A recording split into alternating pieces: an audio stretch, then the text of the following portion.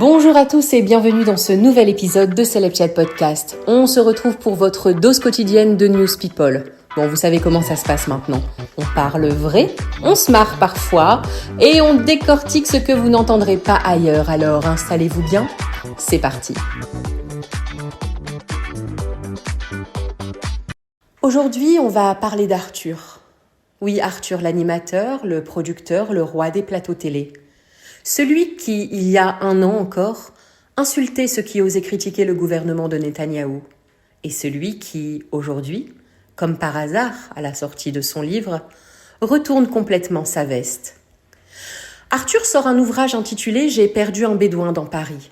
Un livre dans lequel il raconte comment sa vie a changé depuis les attentats du 7 octobre 2023 en Israël. Un récit personnel, profond selon lui, sur la peur, la solitude, le sentiment d'abandon des Juifs de France. Et c'est bien. Mais encore faut-il être cohérent. Invité de Benjamin Duhamel, Arthur a voulu parler du conflit israélo-palestinien. Et là, il s'est emmêlé. Quand on lui demande si les Français ont suffisamment pleuré les civils palestiniens, il répond « Un mort, qu'il soit à Gaza ou à Tel Aviv, c'est un mort de trop. Celui qui n'est pas bouleversé par les milliers de morts à Gaza n'a pas d'humanité en lui. » Des mots justes, humains et vrais. Mais à peine prononcés, il se crispe, accuse la radio d'être partisane dans sa couverture de Gaza. Un réflexe défensif, puis une rectification. J'ai été maladroit. Oui, Arthur, maladroit, encore une fois. Et c'est là qu'on touche au cœur du problème. Arthur découvre l'humanité. Maintenant que le monde entier a ouvert les yeux sur Netanyahou, maintenant qu'il a un livre à vendre, maintenant que c'est sûr, socialement acceptable, de dire « je suis pour Israël, mais contre le gouvernement Netanyahou ». Le timing est parfait, non ? Arthur conclut son interview en expliquant « Mon livre n'est pas sur Gaza, mais sur la solitude des Juifs après le 7 octobre ». Et encore une fois, c'est légitime. La peur, l'antisémitisme, tout ça est réel. Mais il y a une nuance essentielle. On ne peut pas parler de souffrance sélective. On ne peut pas prêcher la compassion tout en oubliant la moitié des victimes. Parce que oui, un mort reste un mort. Mais un silence, c'est aussi une position. Arthur parle d'humanité, alors qu'il la découvre 2 ans après, quand les caméras sont allumées et les librairies pleines. Mais la cohérence, elle, ne se vend pas, et la mémoire, elle, ne se markete pas. Vous retrouverez la séquence complète de cet échange très tendu en vidéo sur Instagram, Celeb Chat Podcast. Regardez-la et jugez par vous-même. Être fils de star, ça fait rêver, mais être le fils du taulier, c'est autre chose. David Hallyday le sait mieux que quiconque. Grandir à l'ombre d'un monument comme Johnny Hallyday, c'était à la fois un privilège, mais aussi une épreuve. Il a été invité sur M Radio et il s'est confié sans détour sur ce mélange d'amour, de manque et de lumière trop vive. Et quand on lui demande s'il a déjà eu le sentiment de devoir partager son père avec les Français, il répond immédiatement « petit oui ». C'était très bizarre. J'ai eu l'impression qu'on me volait un peu mes parents. Bon, avec des mots simples, il a expliqué ça. Imaginez un enfant qui voit des foules se jeter sur la voiture familiale, des fans qui campent devant la maison. Il a même raconté « C'était une époque de folie. Les gens se jetaient carrément à la sortie de chez nous. Et quand t'es petit, voir ça, c'est pas normal en fait. » Cette notoriété démesurée, il a dû la supporter, la comprendre, puis l'accepter. Mais le plus douloureux, sans doute, c'est d'avoir dû partager jusqu'à son deuil. Christophe Beaugrand, qui l'interrogeait, le lui rappelle avec justesse. Même votre deuil familial, vous avez dû le partager. Ce jour-là, la France entière s'est arrêtée. Et là, David Hallyday a avoué, c'était très difficile. J'avais des sentiments mélangés. Il y avait cette icône immense qui représentait tellement pour les gens. Et puis il y avait ma douleur à moi, ma perte à moi, et les deux ne se marient pas bien ensemble. Et puis une phrase ensuite qui résume tout, C'est compliqué, mais à la fin de la journée, ça te rend plus fort. David dit aussi être fier de ses parents et de ce qu'ils ont offert au public. Parce qu'au-delà du mythe, il reste une vérité. Derrière la légende, il y avait un père, une mère et un enfant qui voulaient simplement un peu de normalité. Et un scandale royal, encore un. Et cette fois, c'est à Paris que la tempête a éclaté. Meghan Markle, en mini-escapade dans la capitale, a posté une vidéo d'elle dans une limousine. Les pieds posés nonchalamment sur le siège arrière, sourire tranquille, en route vers son défilé de mode préféré. Bon, jusque-là, rien d'anormal. Sauf qu'elle passait juste à côté du pont de l'Alma.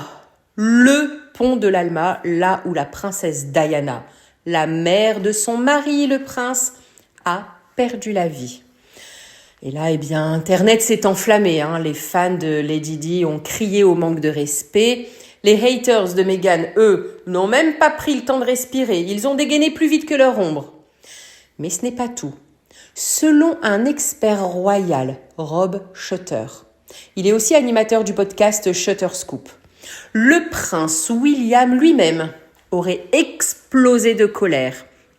Il était, selon lui, foudrage au-delà des mots. Et une source proche du futur roi aurait confié « Il a vu la vidéo et est devenu livide. » Pour lui, ce n'était pas seulement de mauvais goût, c'était une profanation personnelle. Ce tunnel, c'est un lieu sacré. Que Meghan y fasse un selfie, c'est l'insulte ultime. Et apparemment, William n'était pas le seul outré. Un membre du staff royal a dit « Il a trouvé ça grotesque, il n'arrivait pas à croire qu'elle se filme près de l'endroit même qui a détruit sa famille. » Et une fois de plus, Harry se retrouve au milieu de la tornade, pris entre sa femme et son frère, tentant d'apaiser les choses en privé. Alors Meghan, elle n'était pas à Paris par hasard. Elle assistait au tout premier défilé de son ami Pier Paolo Piccioli, désormais directeur artistique de Balenciaga. Et sa présence, selon Rob Shutter toujours, aurait été largement rémunérée parce que c'est son ami, mais elle a quand même accepté un chèque à 7 chiffres. Un jet privé pour l'accompagner, une suite 5 étoiles. Bon, pas trop une invitation, c'était plus une transaction. Bon, on peut dire que Meghan a réussi son coup parce que Balenciaga voulait une attention mondiale et Meghan l'a livrée. Tout le monde en parle aujourd'hui. William est furieux, les tabloïds jubilent, les fans s'écharpent en ligne et Meghan, Meghan, elle continue de briller parce que bien sûr, elle était canonissime en sortant de sa voiture.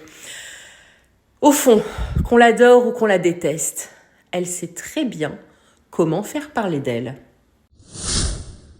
Loin du bruit d'Hollywood et des tapis rouges, George Clooney a trouvé son petit paradis.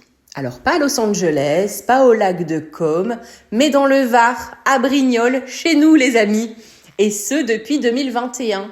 Lui et Amal, sa femme, vivent là-bas avec leurs jumeaux Alexander et Ella.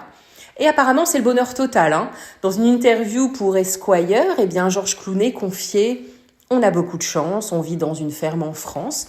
Les enfants ne passent pas leur temps sur les iPads, ils dînent avec nous, ils débarrassent la table et ils ont une vraie vie. » Et c'est un choix assumé parce que George Clooney avait peur d'élever ses enfants à Los Angeles. Trop de paillettes, trop de pression, trop de culture Hollywood. Et il a même dit, sans détour, « En France, les gens se fichent un peu de la célébrité. Je veux que mes enfants soient libres. » Et pour ça, rien de mieux qu'un tracteur et des hectares de vignes. Les petits Clooney aident leur père à entretenir le domaine et même à repeindre les clôtures. Imaginez la scène. George Clooney transformé en papa bricoleur. Et la simplicité, justement, elle ne s'arrête pas là. À Brignoles, les Clooney mènent une vie normale. George accompagne ses enfants à l'école, il participe au tournoi de basket du coin. Et pendant que les jeunes papas de 30 ans s'effondrent à bout de souffle, George Clooney, qui a aujourd'hui 64 ans, reste sur le terrain du début à la fin. Et puis, George ne se contente pas de vivre en Provence, il s'y investit. Avec Amal, sa femme, il finance une ferme municipale pour alimenter les cantines scolaires avec des produits locaux. Le maire de Brignoles l'a confirmé et il a dit « Tout est parti d'un dîner où Clounet m'a dit « Je veux m'impliquer localement, surtout pour les enfants et la nourriture ». Et résultat, un vrai projet concret et même un don de 20 000 € pour aider les sinistrés après les inondations de 2021. Pour en revenir à leur propriété, c'est un manoir de 900 mètres carrés, estimé à plus de 8 millions d'euros avec une piscine, un étang privé, un jardin à la française. Mais là encore, pas de bling-bling. Juste la tranquillité, les oliviers, le chant des cigales et 2 enfants qui grandissent loin des caméras. Et voilà, Celeb Chat Podcast, c'est fini pour aujourd'hui. Merci d'être de plus en plus nombreux à m'écouter. Celeb Chat Podcast, c'est le seul podcast français qui t'offre un épisode People par jour. Tu peux me retrouver sur toutes les plateformes de podcast et sur YouTube. Et entre 2 épisodes, rendez-vous sur Instagram pour les coulisses, les images et les vidéos exclusives. Continuez à liker, partager et faire tourner la vibe People. Et à demain, bien sûr, pour une nouvelle dose de stars.